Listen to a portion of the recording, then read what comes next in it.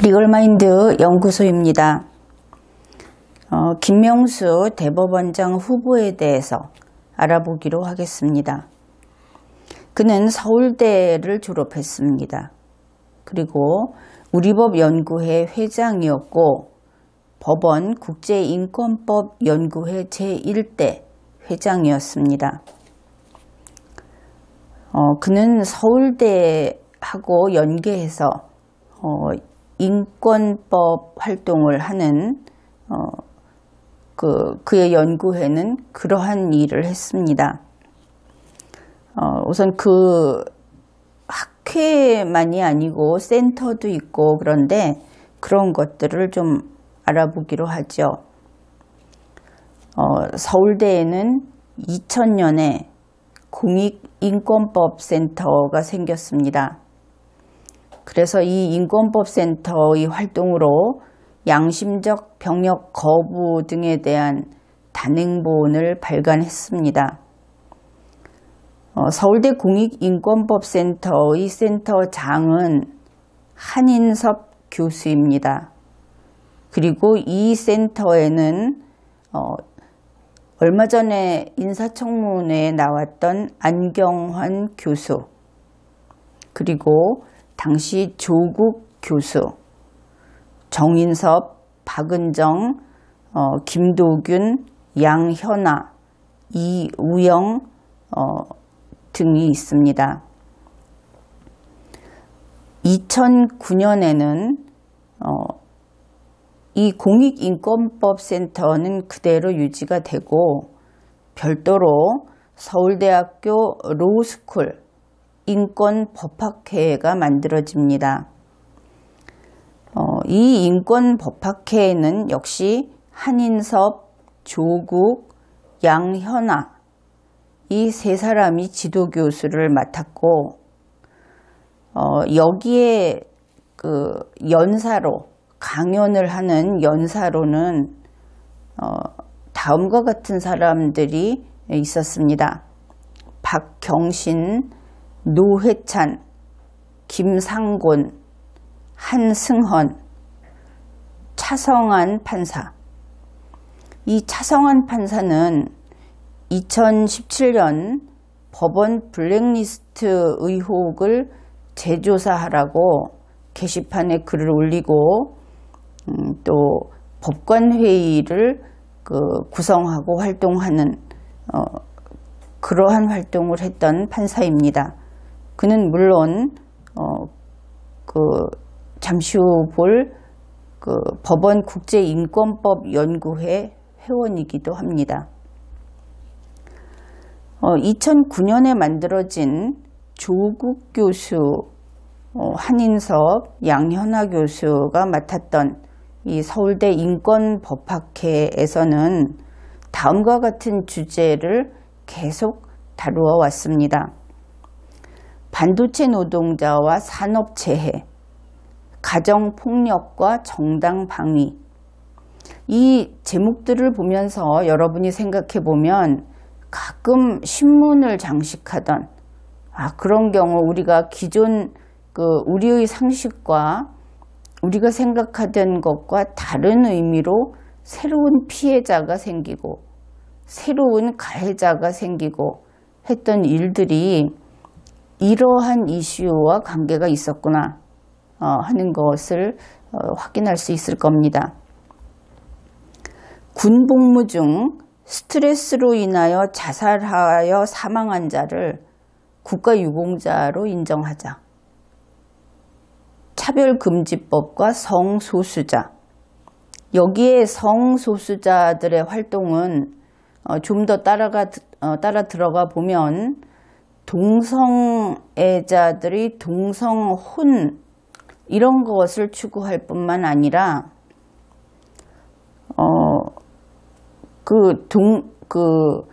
동성애자들이 성전환을 하는 부분에 대해서 반대하는 그러한 활동을 하는 계파도 있습니다.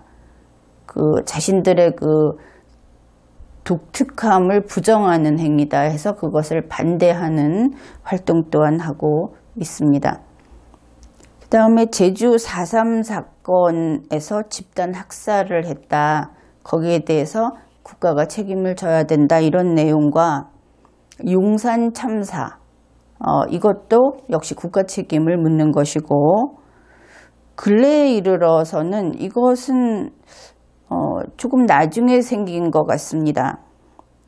우리나라에서 해외 자원 개발을 할 때 그 과정에서 인권 침해하는 것을 이들이 감시를 하고, 그 나라에 있는 사람들이 대한민국의 법원에 소송을 할 수 있도록 알아봐주는, 그래서 그 예로서 버마 휴에 가스전에서 발생한 인권 문제, 이러한 것들을 주로 다루고 있습니다.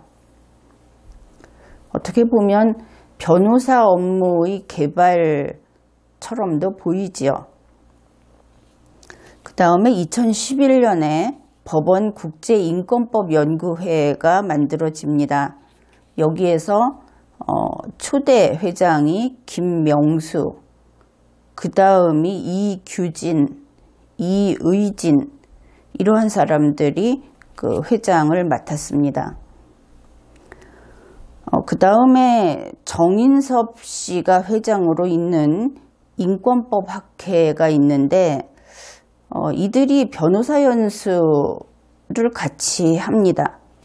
그래서 주로 보면은 서울대 공익인권법센터, 법원 국제인권법연구회, 그리고 인권법학회, 이 세 곳이 공동활동을 장기간 계속해 왔습니다.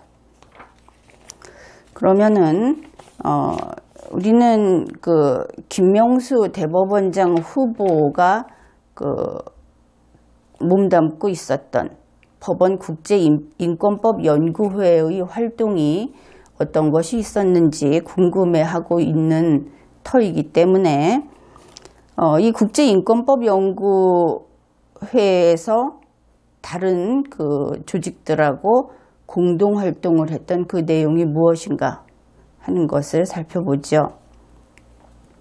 첫 번째, 2012년 동성애 등 성소수자 인권, 이 주제를 가지고 그 학회 발표를 했습니다. 이때는 당연히 김명수 판사가 법원 국제인권법연구회 회장으로서 참석을 했고, 서울대 한인섭 교수, 서울대 양현아 교수, 그리고 김선일 판사도 참석을 했습니다. 김선일 판사는 현재 대통령 차명폰과 관련하여 기소된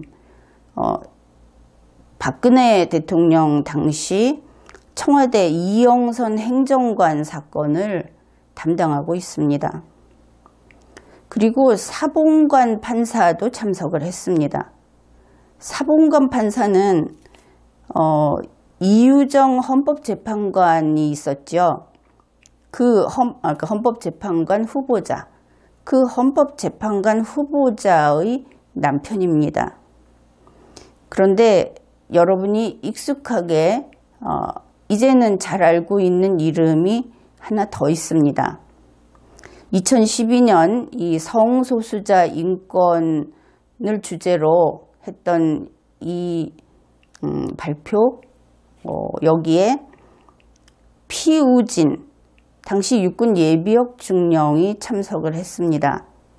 피우진 씨는 현재 보훈처장이죠. 2012년부터 이런 활동을 했구나 하는 것을 알 수 있습니다. 두 번째로 법원 국제인권법연구회는 양심적 병역 거부에 대해서 주제 발표를 하는 2014년 학회 활동도 했습니다.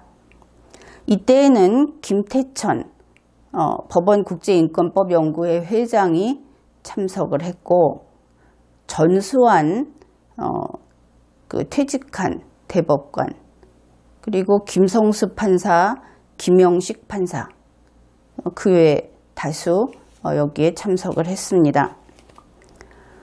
이 양심적 병역 거부라고 하는 것은 이들 인권법이라는 말이 붙어있는 각종 조직에서 매우 좋아하는 그런 주제입니다.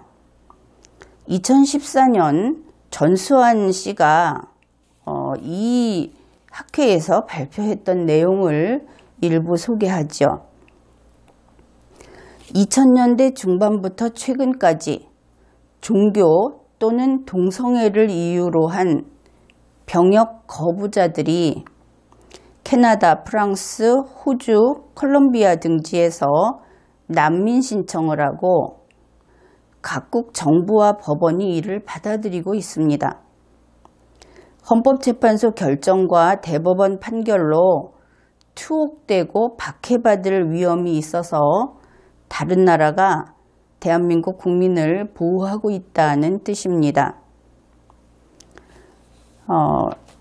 이 전수환 씨의 철학이 잘 드러나 있는 부분이 이제부터 소개하는 부분입니다. 개인의 행복의 합계가 사회의 행복이라고 볼 때 어느 개인의 행복이 증가하더라도 다른 개인의 불행이 이를 상쇄시키면 그 사회가 행복하다고 할 수 없습니다. 아니, 그보다 어느 개인이 불행하면 그 자체만으로 이웃한 다른 개인이 온전한 행복을 느끼기 어렵습니다. 양심적 병역 거부자를 감금하지 않는다고 하여 다른 국민의 행복이 위협당하는 것은 아닙니다. 수백 명의 젊은이를 해마다 교도소에 보내지 않더라도 우리에게는 현역 60만 명의 예비군 300만 명의 병력이 있기 때문입니다. 이렇게 이야기를 했습니다. 그리고 이 이야기를 듣고 그 자리에 참석했던 법조인들은 대단히 감동을 해서 이 양심적 병역 거부자를 보호하는 법조인이 되겠다는 그 정말 밀물 같은 그러한 힘을 얻었다고 평가를 하고 있습니다. 그러나 여러분 생각하기에는 참 어이가 없죠. 양심적 병역 거부자의 사정은 차치하고 그들을 비난할 것은 없습니다. 나름대로 이유가 있을 것이고 또 사정이 있겠죠. 그런데 대법관까지 했다는 전수환 씨가 양심적 병역 거부자의 그 잘못 건드리면 깨질 것 같은 위태위태한 행복을 걱정하면서 우리 현역 60만 그 젊은이들, 그들은 그저 군소리 없이 군복무를 해야 된다는 식으로 이야기한데 놀랄 수밖에 없습니다. 게다가 그들은 양심적 병역 거부자들은 그 거부를 존중해 주어야 하고 나머지 예비군 300만 명은 싫다 소리도 못하고 예비군으로서 국가안보를 담당해야 한다. 어째서 이러한 생각을 하는 것인지 대법관이든지 법관이 되는 사람들에게는 소수만 소중하게 여기고 말없이 묵묵히 자신들의 의무를 이행하는 다수는 그저 아무렇게나 굴리고 아무렇게나 일을 시켜도 되는 자들이라고 생각을 하는 것인지 그들의 그러한 함량 미달이라고 하죠. 전수환 씨는 사실 잘 모르지만 어쨌든 이 내용을 보고는 좋은 평가를 할 수는 없습니다. 이날 같은 모임에서 김영식 판사가 이렇게 이야기를 했습니다. 대한민국의 국제적 위상과 국제법 존중주의의 문제이다. 이 양심적 병역 거부자를 이제 더 이상 처벌하지 않아야 된다는 논지입니다. 대한민국의 양심적 병역 거부로 인한 투옥자의 수는 가히 절대적이다. 2013년 6월 기준 세계 양심적 병역 거부로 인한 투옥자가 723명인데 그중 669명이 한국인으로서 90% 이상이다. 그러면 왜 한국인 669명은 이렇게 많이 전 세계에서 90%를 차지할 정도의 비율로 병역을 거부하는 것일까요? 그것도 또 생각해 보아야 하겠죠. 그는 UN 회원국 193개국 중 징병제를 채택하고 있으면서도 양심에 따른 병역 거부를 어떤 방식으로든 인정하지 않고 있는 나라가 36개국이다. 그러면서 대한민국이 자유권 규약 위반 국가라는 점은 의문이 없다. 이렇게 결론을 맺었습니다. 여기서 자유권 규약이라고 하는 것은 유엔에서 이러한 정치적이라든지 이런 종교적인 이유로 국가 정책에 반하는 이런 사람들에게, 그런 행위를 하는 사람들에게 양심을 보호한다. 그런 면에서 자유를 속박하지 말라고 해놓은 그러한 규약입니다.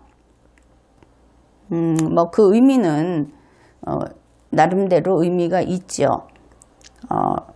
그런데 김영식 판사는 단정적으로 대한민국은 자유권 규약 위반 국가다. 이 태도에서 대한민국에 대한 어떤 대한민국이 잘못하면 내가 같이 잘못하는 거다 하는 그런 인식이 보이지 않습니다. 어쨌든 이러한 회의가 있었고 또 2015년에는 내내 양심적 병역 거부자 주제를 또 가지고 발표를 합니다. 이때는 보다 구체적으로 자유권 규약의 국내 이행, 즉 국제 규약을 대한민국이 지켜야 한다 하는 주제인 것이죠. 그 자유권 규약 속에는 차별금지 및 성소수자의 인권보호, 그리고 양심적 병역 거부자, 이렇게 두 가지가 들어있었습니다. 이 2015년에는 이규진 판사가 법원 국제인권법연구회 회장으로서 이 대회에 참가했고, 한인섭 서울대 교수, 정인섭, 이주영, 이러한 사람들이 참석을 했습니다. 그런데 이때가 2015년이라고 했죠. 벌써 2014년, 2015년 그렇게 하고 2017년 9월 12일 중앙일보의 보도를 소개하겠습니다. 제목이 병역 거부에 대한 무죄 판결이 급증하고 있다, 이런 것이고, 올해 1심에서 병역법 위반 혐의에 대해 무죄 판결을 받은 여호와의 증인 신도는 지난달까지 32명에 달한다. 2014년 12월 20일 전수환 전 대법관이 참석했던 이 공동학술대회에서 양심적 병역 거부에 대한 토론회를 하고 나서, 그리고 2015년부터 양심적 병역 거부 사건에 대한 하급심에서 무죄 선고가 본물을 이루게 된 직접적 계기가 됐다, 이렇게 보도를 했습니다. 그러니까 전수환 전 대법관의 앞에 소개한 바와 같은 그러한 내용의 그 호소가 법관들과 변호사들에게 직효했다 하는 기사인데, 어느 정도 영향은 있었겠죠. 그런데 이 부분에 대해서 과연 그런지 한번 같이 검토해 보죠. 법률신문 2013년 10월 29일자를 소개하겠습니다. 이것은 2014년 이전입니다. 전수환 대법관이 참가해서 그 후소를 했던 것이 2014년이니까 2014년 12월이니까 이것은 1년도 더 전의 보도입니다. 법원이 2010년 이후 인권과 관련 있는 소송에서 국제인권조약을 적극적으로 적용해 판결하고 있는 것으로 나타났다. 대법원 국제인권법연구회 당시 회장 김명수, 그리고 법무부 국제인권법연구회 당시 회장 정경수, 이러한 회원들은 대법원 세미나실에서 국제인권법의 국내적 수용과 차별 금지를 주제로 열린 공동학술대회에 참석해서 김영훈 판사의 발표 내용을 경청하고 있다. 그래서 이미 2013년 10월 12일 대법원 세미나실에서 이 국제인권조약을 재판을 할 때 적극적으로 그것을 받아들이고 거기에 따라서 하자. 결국은 양심적 병역 거부자에 대해 무죄 판결을 하자 한 활동을 국제인권법연구회를 주축으로 했다는 것을 알 수 있습니다. 이 장소도 대법원 세미나실이었고, 그 다음에 또 이때 국제인권법연구회 회장이 김명수, 앞에도 그랬습니다. 김명수 판사가 이때 회장이었습니다. 그래서 대법원 국제인권법연구회 소속 판사 11명이 공동 집필한 국제인권법의 국내 이행과 법원이라는 보고서에 따르면 이제 이들이 이때 이 양심적 병역 거부자, 성소수자 이런 사람들에 대해서 국제인권법을 대한민국의 재판을 하는데 그대로 적용을 하자고 하는 그러한 활동을 하면서 보고서를 작성했던 것을 알 수 있죠. 2010년부터 지난달 11일까지 3년여 동안 전국 법원에서 국제인권조약이 인용된 국제인권조약에 따라서 판결을 한 그 판결이 1959건인 것으로 조사됐다. 그래서 이들이 2014년이 오기 이전에 이미 대한민국의 법을 적용해서 심판하는 대한민국의 법원에서 국제인권조약을 가지고 와서 재판을 해온 것을 알 수 있습니다. 자, 이 부분은 상당히 심각한 문제입니다. 국제사회, 유엔이라고 하는 것이 지금 우리에게 있어서 적대적인 대상은 아니죠. 그러나 대한민국의 모든 국가기관은 대한민국 영토 안에 있는 것들이 대한민국 영토 밖에 있는 어떤 권력이나 어떤 힘으로 인해서 침해당하지 않게 할 의무를 지니고 있고 그러한 임무를 수행하고 있습니다. 그런데 국제인권조약을 가지고 들어와서 국내에서 재판을 했다. 이것은 중대한 헌법 위반입니다.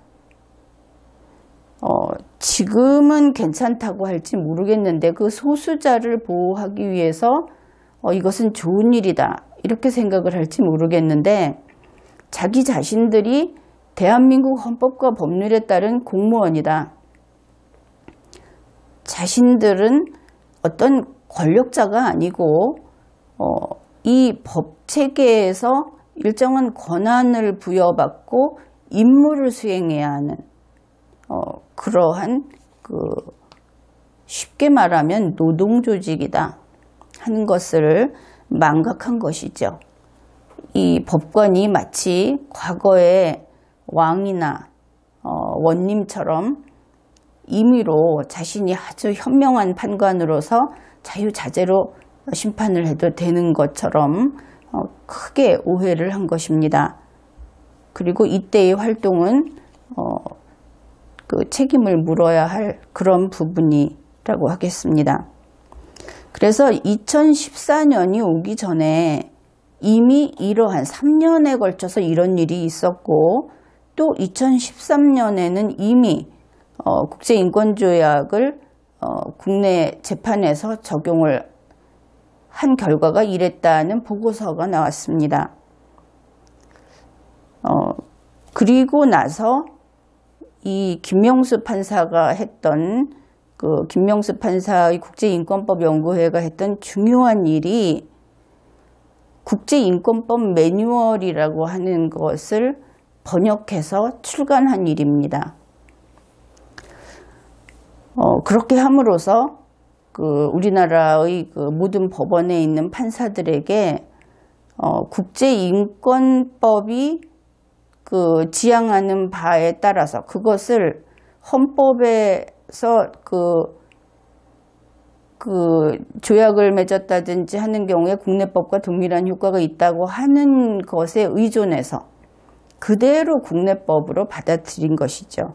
이렇게 재판하는 매뉴얼로 제공을 한 것인데, 이 부분은 헌법을 잘못 해석했고 또 왜 안 되는지를 국가라고 하는, 국가가 다른 국가와 경계선이 있고 그 경계선은 절대로 열어놓을 수 없다는 것을 안다면 아주 쉽게 무엇이 잘못됐는지를 알 수 있을 겁니다. 자, 이번에는 이 번역서를 낸 부분을 살펴보죠. 대법원 국제인권법 연구회 소속 판사 99명은 법률가를 위한 UN 국제인권법 매뉴얼 한국어판을 펴냈다. 번역서를 펴냈다는 것입니다. 1100여 쪽에 이르는 이 책은 2002년 9월, 참 오래되기도 했죠. 이것을 한국어판을 낸 것이 2014년입니다. 그런데 이 영문판 원본이 나온 것은 2002년이니까 12년 전의 것이죠. 어쨌든 2002년 9월 UN 인권 최고 대표부와 국제변호사협회가 함께 법률 전문가를 위해서 만든 국제인권기준 종합 매뉴얼이다. 이렇게 이 기사가 2014년 12월 9일 법률신문의 기사입니다. 여기에는 이런 내용도 또 있습니다. 이 원본이 2002년에 나왔고 대한민국에서는 2014년에 번역본이 나왔고, 그런데 일본에서는 이미 2005년 대학 교수들이 번역 출간했다, 이렇게 했습니다. 여기에서 좀 유의할 것이, 일본에서는 왜 법관들이 아니라 대학 교수들이 번역해서 출간했을까? 이 부분을 좀 잘 생각해 보십시오. 자, 여기에 대해서 조금 더 알아보기로 하겠습니다. 원래 이 책의 제목은 이렇습니다. 여기서는 신문에서는 그냥 쉽게 법률가를 위한 UN 국제인권법 매뉴얼 이렇게 되어 있는데, 영어가 Human Rights in the Administration of Justice Professional Training Series 이렇게 되어 있습니다. 그러니까 이것이 원래는 법관, 검사 이런 사람들을 특정해서 그들을 위한 것이 아니고 Administration of Justice 그랬으니까 사법행정으로 보아야 하겠죠. 그러니까 Professional Training Series 그러니까 사법행정 사법행정 전문가들을 연수하기 위한, 그런 인권 분야에서 연수하기 위한 시리즈. 이렇게 이해를 해야 할 것입니다. 그러면 조금 다르죠. 사법행정 분야의 전문가들을 위한 혹은 그들의 어떤 직업훈련을 위한 것이다. 그 내용은 바로 우리가 다시 확인할 수 있습니다. 이때 이 번역서를 내면서 그 축하 모임 발표회를 했는데 바로 UN 인권 최고 대표인 사람이 와서 여기에 축사를 했습니다. 그것이 2014년 11월입니다. 제이드 라드 알 후세인이라고 하는데 이런 이야기를 합니다. 지금 이 책은 매뉴얼과 지침으로 구성되어 있는데 이는 세계 변호사 협회와 공동으로 작업한 결과물입니다. 그러니까 UN 인권 최고 대표부 혹은 그곳과 세계 변호사 협회가 같이 만든 인권에 관한 매뉴얼과 지침이라는 것이죠. 그러면 여기에 UN이 있고 세계 변호사 협회가 있습니다. 국가는 없죠. 이것을 국가가 들고 들어오는 것은 문제가 있다는 생각이 들겠죠. UN은 국가를 그 바탕으로 구조가 이루어져 있지 않습니다. UN은 국가가 아니죠. 세계 변호사 협회도 국가가 없습니다. 그래서 이 사람이 계속 이야기를 합니다. 세계 변호사 협회는 200개가 넘는 변호사 협회와 법률가 단체로 구성된 주요 국제 법률 단체입니다. 그냥 모임인 것입니다. 그 모임에서 UN의 어떤 부서와 같이 인권에 대해서는 이러한 부분을 교육시키면 좋겠다 하고 만들어 놓은 편람, 그 참고용 사전이라고 할까요? 그러한 것으로 볼 수 있겠죠. 이 대표가 이어서 이야기합니다. 이 책은 법조인들에게 국제 인권 기준에 관한 포괄적이고도 핵심적인 교육 교재로서의 역할을 할 수 있도록 작성되었습니다. 국제 인권 기준에 대한 교재다 이런 것입니다. 이 매뉴얼의 독자들은 이 책이니까 이 책을 읽는 독자들은 국제 인권법과 세계적, 지역적 기구 및 각국의 국내 법원의 법리에 관한 기본적인 정보를 제공받을 수 있을 것입니다. 여기에서 결정적인 내용이 나왔죠. 지금 이 우리나라 대법원 국제인권법 연구회에서 아주 많은 사람들이 긴 세월 동안 번역을 해서 만들어낸 이 책이 그 책을 읽으면 그 법원의 법리에 대해서 기본적인 정보를 알 수 있게 될 것입니다. 법원의 정보는 법관이 알고 있겠죠. 그런데 우리나라의 법관은 이 세계 변호사 협회에서 만들어 놓은 책을 읽고 우리 국내 법원의 법리에 대한 기본적인 정보를 얻으려고 했던 것이죠. 주객이 바뀌어 있고 그 영역이 맞지 않는 책이다 하는 것을 알 수 있습니다. 축사에서는 계속 이러한 이야기가 이어집니다.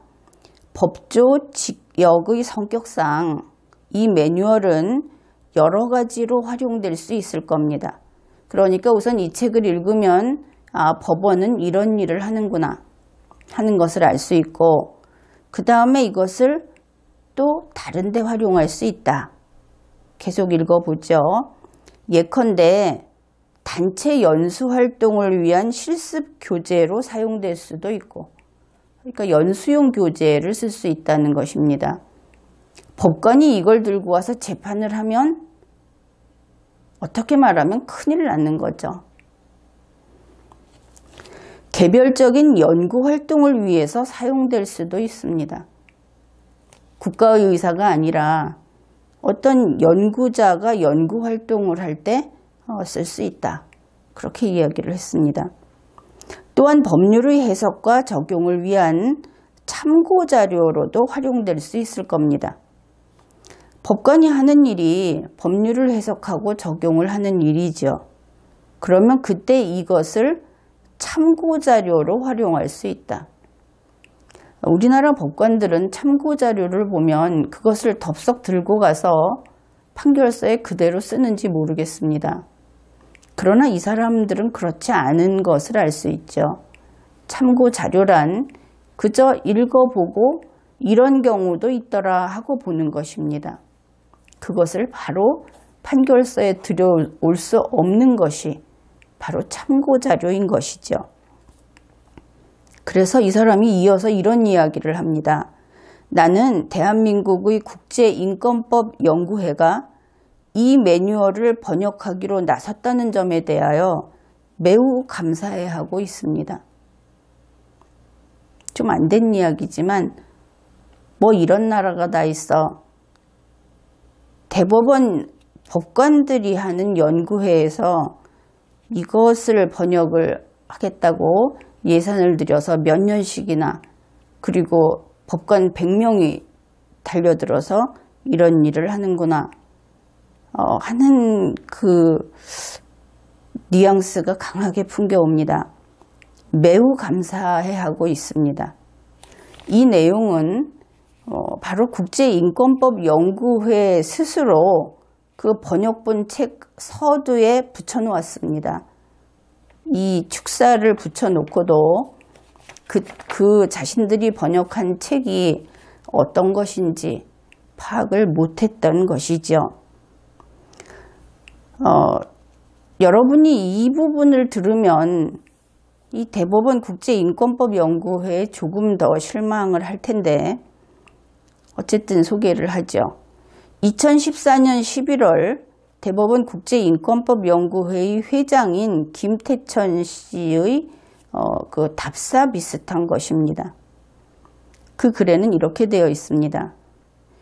이 책의 한국어 번역본 출간을 기꺼이 수락하신 UN 인권 최고대표 사무실, 국제변호사협회, UN 출판부의 관계자들께도 감사를 드립니다. 대한민국의 법관이 UN 인권 최고대표 사무실에 납작 엎드려서 감사 인사를 하는 모습을 여러분이 지금 보고 계십니다. 그리고 이렇게 이야기를 합니다. 이 번역서가 우리나라 국내 법원의 재판 과정에서 국제인권법이 재판 규범으로 하루빨리 정착하는데 작은 도움이나마 되기를 기대합니다. 남들은 연수자료로 쓰고 법원에서 하는 일이 무엇인지 기본 정보를 알기 위해서 읽고 참고자료로 연구자들이 쓰는 그 책을 번역해서 내면서 우리나라 국내 법원의 재판 과정에서 재판 규범으로 정착하기를 바란다고 이야기합니다. 재판 규범은 법률입니다. 남들이 연수자료로 쓰는 것을 받아다가 법률화하려고 노력하는 것이 국제인권법연구회, 대법원에서 돈을 들여서 지금까지 유지를 했던 이 연구회의 활동입니다. 거기에 그치지를 않았습니다. 2017년 5월 30일 법률신문의 보도입니다. 이 이후 이 매뉴얼을 가지고 재판에 계속 적용을 해온 것이죠. 그리고 나서 2017년 대법원 국제인권법연구회 회장 이진만 이 연구회는 최근 인권 판례평석을 펴냈다. 책을 출간한 겁니다. 2012년부터 2016년까지 선고된 국제인권규범과 관련된 법원 그리고 헌법재판소의 판결 52건을 엄선하여 평석했다. 이러고 보니 그 세계 변호사협회에서 UN 대표부하고 만들어낸 이 매뉴얼, 이 연수자료, 이것이 대단한 보물이 되어버리고 말았습니다. 이들이 2017년 이 평석을 하면서 내놓은 것은 그 국제인권규범을 우리 헌법재판소와 법원이 심판을 하고 또 그 판단을 할 때 얼마나 충실히 거기에 따랐는가 하는 것을 찾아서 평석을 해서 그 책을 출간했다는 것입니다. 이러한 그 핀트가 어긋난 그러한 일들을 하는 곳이 다른 일은 잘 했을까요? 어쨌든 이것이 아주 큰 공이라고 나와 있습니다. 그 공은 공이 아니죠. 그래서 이렇게 2중, 3중으로 매뉴얼을 제공을 하다 보니까 양심적 그 병역 거부자라든지 성소수자라든지 또 기타 이러한 그 국제인권규범이라는 것을 가지고 그들에게 무죄 판단을 할 수 있는 사안의 경우에 무죄 판결이 나오는 그 횟수가, 그 경우가 높아져 버린 것입니다. 그런데 앞에서도 보았듯이 국제인권규범을 우리나라 국내법과 같이 다룰 수 있다고 한 헌법의 내용이 헌법의 국경선을 허물지 않을 때 그때만 유효하겠죠. 그래서 이러한 판단을 한 법원은 대한민국의 법원이 아니었습니다. 우리 대한민국 주권자의 뜻을 거스른, 그리고 대한민국 헌법과 대한민국이라는 국가의 명령을 위반한 그러한 공무원들이었던 것이죠. 그들은 유엔의 한 부서에 속해 있는 그것을 따르는 법원일 수는 있습니다. 그리고 세계 변호사 협회라고 하는 그 사설단체, 국가가 바탕이 아니니까 그 밑에 예속되어 있는 스스로 굴종한 법원일 수는 있습니다. 그러나 한번 따져봅시다. 국제인권규정이라고 하는 것이 인간의 자유를 추구한다 하더라도 그 어떤 국가와 대한민국이 대립을 할 때 국제인권규정에 아주 적합한 그 국가와 대한민국의 관계는 우리가 불리한 자리에 서겠죠. 그리고 대법원 국제인권법 연구회 소속 판사들은 바로 그 다른 나라의 편에 서서 판결을 하게 될 것입니다. 국제인권법 연구회 소속 판사들에게 물어보겠습니다. 그대들의 조국은 어디입니까? 그대들이 준수해야 할 헌법은 대한민국의 헌법입니까? 아니면 유엔 헌장입니까? 김명수 대법원장 후보가 긴 세월 공을 들여온 이 국제인권법 연구회, 그 활동에 대해서 국민 여러분은 냉엄하게 살펴보고 과연 무엇이 애국이고 무엇이 국민에게 충실하는 것인지 판단을 해야 할 것입니다. 이번 회에는 여기까지 하겠습니다.